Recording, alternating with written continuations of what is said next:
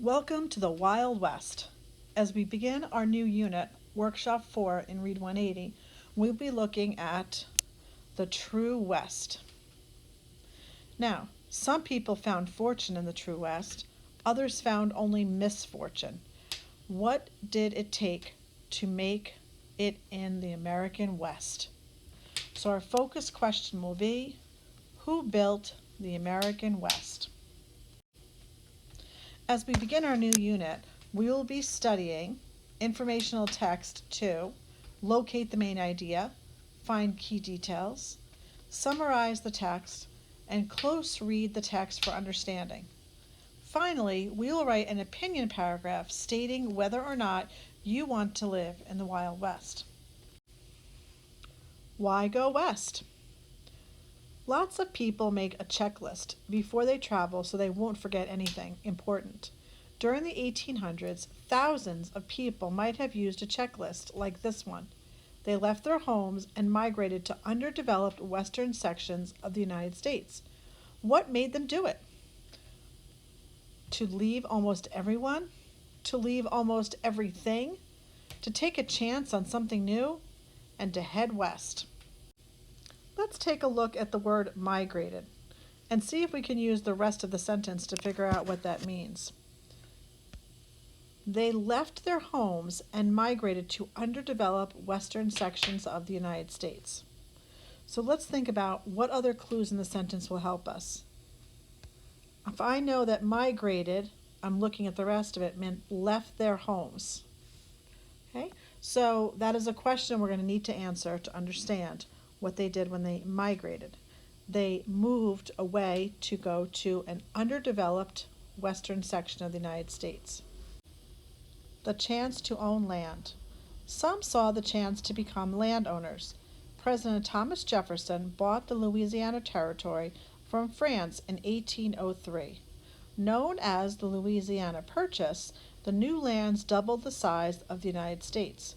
Free or inexpensive land was there for the taking, and it wasn't long before thousands of people from inside and outside the United States looked to the American West and saw an opportunity. However, the growth of the United States wasn't a victory for everyone. During this period, Native Americans lost their homelands as settlers and pioneers moved west. Many tribes were forced to live elsewhere, and some native cultures were nearly wiped out. Now, let's take a look at the map to better understand this. Before President Jefferson bought the Louisiana Territory, we only owned the green area here, this green land.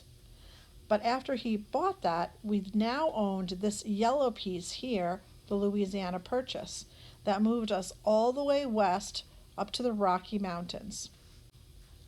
This area here now became open land to settle. Now, I know that the main idea of this section is I'm looking at my headings, the chance for a new start and the chance to strike it rich. So now I'm going to look at some of the details in the chance for a fresh start to back up my main idea. One idea I know, it says that people made the journey to start anew. They wanted to start over. Another idea here says that many settlers followed the popular Oregon Trail to go west. The next section, the chance to strike it rich. For some, the motivation was pure gold. In 1848, James W. Marshall discovered gold at Sutter's Mill in what is now Northern California. The news quickly spread, and the California gold rush was on. By 1852, more than 300,000 people had moved to California to seek their fortunes. So to look back at this paragraph, another key point here is that the motivation was gold. So people traveled across the west to get to the west to try to discover gold. Now, if we just take a look at some of the photos and illustrations here, this is what a covered wagon train would look like, and this is what an actual covered wagon would look like from the day. And this would be a pan of gold that they would be searching for. So far, we have read about why people wanted to travel west. Next, we will read about how they explored west. Now let's begin to explore the Wild West. How America grew. How did America get new land for people to explore and settle? In 1803, the United States doubled its size with a singular purchase of land, the Louisiana Purchase. The leader of France, Napoleon Bonaparte, sold the Louisiana Purchase to President Thomas Jefferson. This area included parts or all of the present-day states of Louisiana, Missouri, Arkansas, Texas, Ohio, Minnesota, Kansas, Nebraska, Colorado, North Dakota, South Dakota, Montana, Wyoming, Oklahoma, and New Mexico. This section here discusses the Louisiana Purchase and where it was. Now that America reached far to the west, President Jefferson needed a map of the area. He sent two men named Meriwether Lewis and William Clark to do the job. He hoped they would discover a new route across the continent.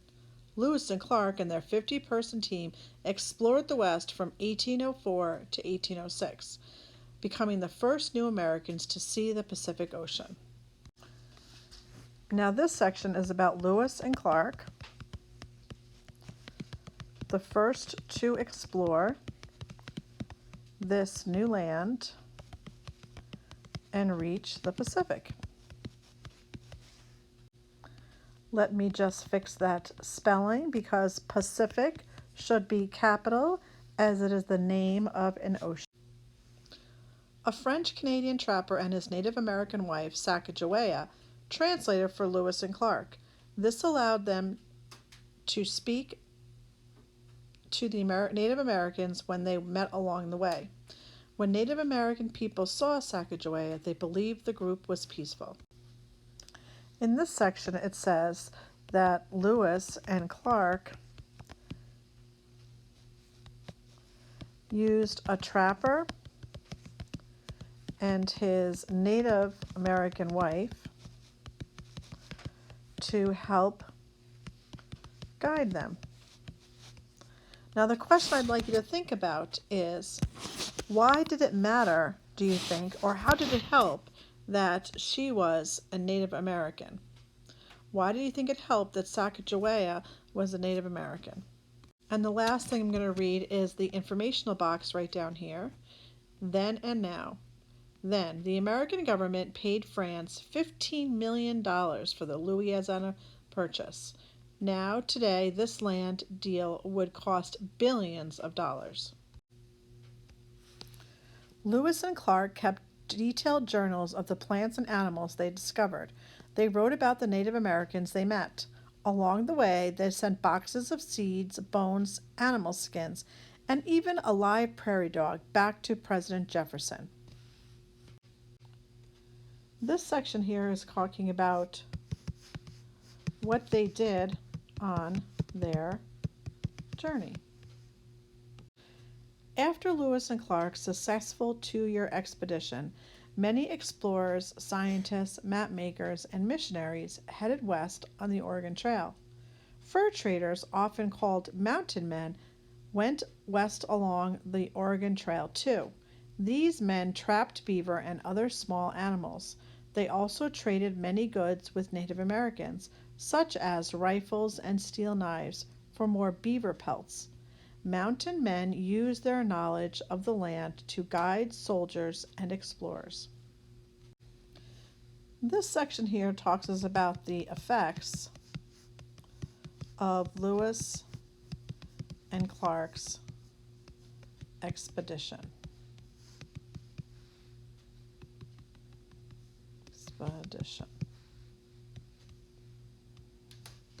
And our last informational box we have here is, did you know?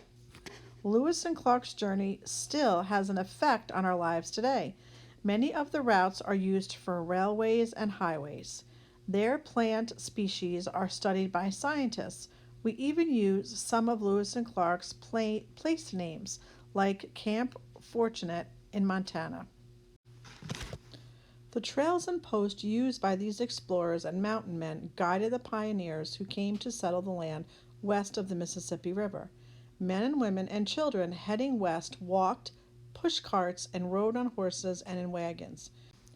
Few knew how hard and long the journey would be. Now it says here that posts were forts or stopping places along the trail where people could buy supplies. This section here is how the trails and posts helped the pioneers. Now let's read this next section here, this other informational text box, presenting James Beckwourth. Born in 1798, James Beckwourth was a famous African-American mountain man. Now remember what we said mountain were from the previous section. They were the men that were trappers. They would kill the animals and sell their fur. He worked as a fur trapper, guide, and translator. He lived among the Crow Indians, where he learned to speak their language. Around 1850, Beckwourth discovered a trail through the Sierra Nevada mountains that was good enough for wagons. Many settlers and gold miners traveling to California used his route. The Beckwourth Pass is named for him. This section here is about James Beckwourth. He was a famous trapper who helped pioneers as well. So I can conclude that this section and this page is about how the pioneers were given assistance as they made the trek west. And a frontier quick quote by President Thomas Jefferson: "Those who come after us will extend and fill up the canvas we begin." Coming next, we will read about what it was like for those people brave enough to travel west.